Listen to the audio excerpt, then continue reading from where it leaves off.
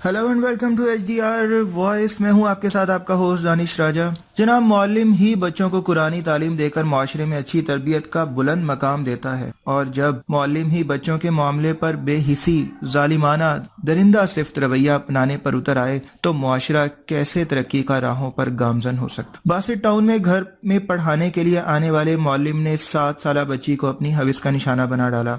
मुलजिम अब्दुल मालिक बच्ची को घर पर तालीम देने के लिए आता था। गुज़श्ता रोज मुलजिम ने बाकी बच्चों को छुट्टी दे दी और मासूम अरीहा को ये कहकर रोक लिया कि इसे सबक याद नहीं हो रहा। इसी दौरान उसने बच्ची को अपनी हविस का निशाना बनाने के बाद फरार हो गया। पुलिस ने इत्तला मिलने पर मुलजिम को गिरफ्तार कर लिया। मुलजिम अब्दुल मालिक ने पुलिस के सामने इस जुर्म का एतराफ भी कर लिया है। पुलिस ने मुलजिम के खिलाफ मुकदमा दर्ज करके कार्रवाई शुरू कर दी है। लाहौर का ये वाक़या है जनाब।